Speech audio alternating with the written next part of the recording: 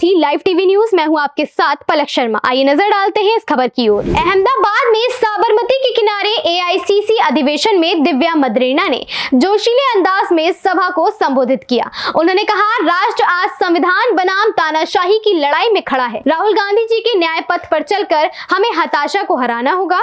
आगे इस वीडियो में जरूर देखें उन्होंने क्या कुछ कहा। तुम कब तक मौन रहोगे?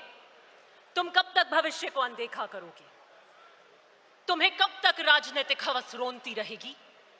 तुम कब तक देश को यूं ही नफरत की राजनीति में झुलसने दोगे? तुम कब तक झूठ कपट के हवाले होने दोगे देश को?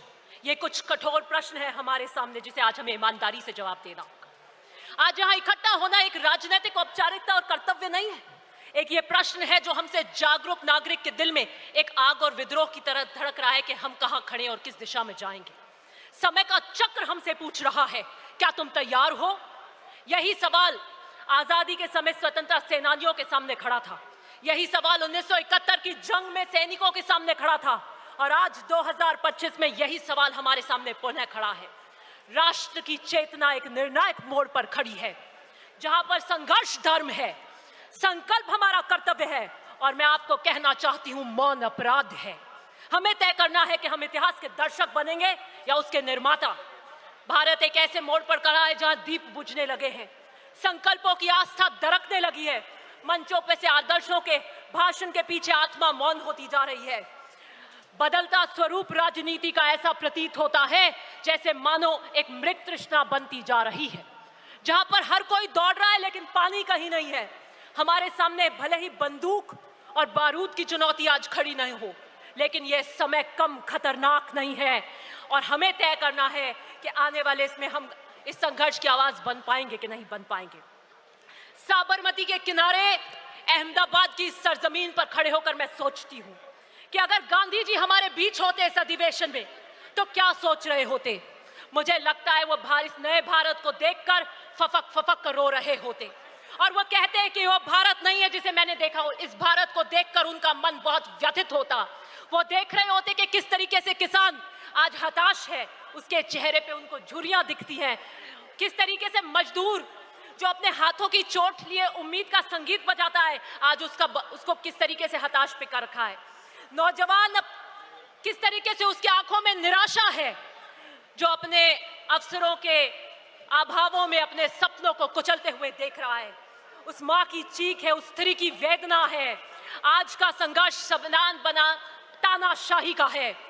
आज का संघर्ष लोकतंत्र बनाम अधिनायकवाद का है। कुछ लोगों की इच्छा संविधान बन चुकी है, उनकी इच्छा ही संविधान बन चुकी है। मैं आपको यही कहना चाहती हूं कि बीजेपी आरएसएस ने धर्म की राजनीति को अपना औजार बना दिया है। संसद को एक सिर्फ मोहर लगाने वाली मशीन बना दिया है। बीजेपी राम का नाम तो लेती है लेकिन नीति रावण की रखती है। कृष्ण का उपदेश देती है लेकिन चालें शकुनी की चलती है। गॉडसे का महिमा मंडन करती है, गांधी के सिद्धांतों को आत्मसात नहीं करती। सरदार पटेल की मूर्ति तो बनाती है लेकिन उसके एकता के सिद्धांत को नहीं अपनाती। ये देश नफरत का राजपथ बन चुका है। मैं इन कांग्रेस जनों को कहना चाहती हूं, उठिए और राहुल गांधी का न्याय पथ में उनके साथ चलिए। संवाद की जगह आदेश ने ले ली है, असहमति की जगह दमन ने ले ली है। ये तानाशाही निजाम कब्रिस्तान, शमशान, मंगलसूत्र, मुजरा, बटेंगे तो कटेंगे जैसे नारों की राजनीति कर रहा है। ये लपटे संविधान को जला रही हैं।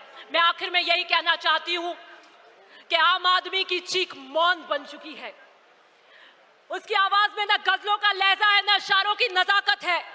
उस माँ की चीख जिसने अपने बेटे को सांप्रदायिक हिस्सा में खोया है। गुजरात की यह धरती हमें क्रांति के लिए पुकार रही है। कांग्रेस का ये कार्यकर्ता बापू की अहिंसा का संकल्प है। नेहरू का विजन है, सरदार पटेल का लौह संकल्प है, लाल बहादुर शास्त्री की सादगी है, इंदिरा गांधी का साहस है, राजीव गांधी का बलिदान है, सोनिया गांधी का संघर्ष है और राहुल गांधी का धैर्य है। ये समय, आई एम जस्ट कंक्लूडिंग, ये समय भीष्म की प्रतिज्ञा का है, ये भीष्म मौन का नहीं है। आइए चलिए और राहुल गांधी जी के इस न्याय पथ में उनके साथ कंधे से कंधा मिलाकर चलिए। बहुत बहुत इस खबर में बस इतना ही। देखते रहे सच का साथी लाइव टीवी न्यूज।